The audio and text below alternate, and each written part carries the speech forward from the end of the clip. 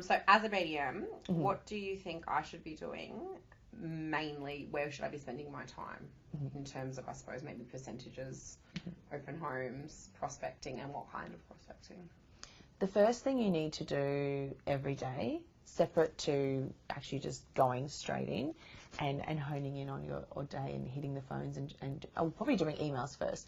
I find emails everyone goes, check your emails. I actually have started with part of my training that I do in probably more the smaller workshops side is I encourage everyone to pick their top 5, the first 5 things that you do every single day and write that down. And what's been really interesting is I've had a couple of people say, I get food and a cup of coffee. Okay, so then I said, okay, let's talk about the 7 things that you do. Not so the food and coffee. If food and coffee's there, we still need another 5. And email tends to generally be a consistent one. So typically, what do those top 5 look like? I find emails, returning calls. If they are a leasing BDM, then I do find it is checking, say, BDM IRE, all those products that are generating all the leads, making sure that they're all processed efficiently, looking at my calendar for the day, handling any concerns from the previous day, stuff that it happens and it's the mundane stuff that we're doing first, not the priority stuff to take action. And sometimes there could be things that are sitting there from the previous day that we look at and think, oh, I know I need to do that, but I don't want to. But I'm not going to do it right now. I'll feel more satisfied in my life if I answer all my emails first. And, you know, I'll be, woohoo, my email box is empty. But I'll still leave that task to fester on the side. That one thing. And usually that's the one that is the most invaluable to the business. And produces income for the business as well, around 2 factors. One, if we don't do it, we lose the business. If we do it, we gain business. They are usually the 2 things that they revolve around. Guaranteed, the first thought process on your investor's mind, Monday morning, if they haven't heard from you over the weekend from your inspections while the property is vacant, which they should have, but if they haven't, is what is going on with my property. If you choose to leave that till lunchtime afterwards and then you're frustrated because they're chasing you, I'm really sorry, but you have to be organised and be ahead of the game. Property management is about being proactive, not reactive. So to me, like you said, that should have already been done on the Saturday, but if it hasn't, it needs to be in your top 5 when you kick off that Monday morning. That's important, definitely.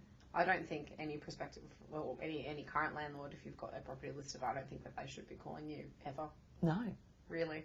And you should be able to present as much as you can to them. So taking control of your day where you are impressing the pants, I guess, of people as much as possible and making sure that they're hearing from you first and having that shock factor of saying, oh, it's so great to hear from you. If you can strive to do that every day, then you're going to get better enjoyment out of what you do within the role. You'll have less stress. You'll probably feel a little bit tired, but that's okay because... But you can set those expectations yourself as to when your client expects to hear from you. Yes. And as long as you do what you commit to saying that you'll do, you've got control over, I know I've got an appraisal, Monday morning, so I can't speak to you about the feedback from the weekend, but I'll call you at lunchtime. 100%. The moment that you say that in your mind, I know what I need to do, but if those words are in your mind, if they come out of your mouth, you're already putting yourself in a dangerous situation, in my mind. Agree. Yeah. All right, here's a good one. So some BDMs are signing 20 to 30 properties per month, and others are struggling to sign 5 or 10. Is it the market? Is it the way they're structuring their day? What do you put that down to? I love that people like to blame the market. And I love, you know what's happening at the moment? We're blaming winter. That was the recent one. Oh, it's cold. I can't get out of bed. It's cold, and I think the cool weather is slowing people down. And I'm hoping that those that are watching our recording can have a bit of a giggle as well and maybe think, okay, it's time for me to shift the mindset. Do we use the same excuse in summer? But it's so warm. It's just so hot. I feel like I need to be at the beach. Everyone's holidaying. It's Christmas time, so we're winding down now. There are always people, real estate is a game where it just keeps going. The market is the market. It's not an excuse to not be doing what you should be doing. And for me, without even referring to specific name business examples, I think back across, and I'm 5.5 years now in the academy, which is amazing, and I've had the privilege of seeing so many unbelievable operators in the world of BDM and agencies that have had fantastic results. And the difference between those that are signing the high numbers, or to be fair, ones that are doing 10 to 15, which is massive in their marketplace, especially in the inner city. If you've got those really high level top end properties, that is a big return for the business, and there's massive value there.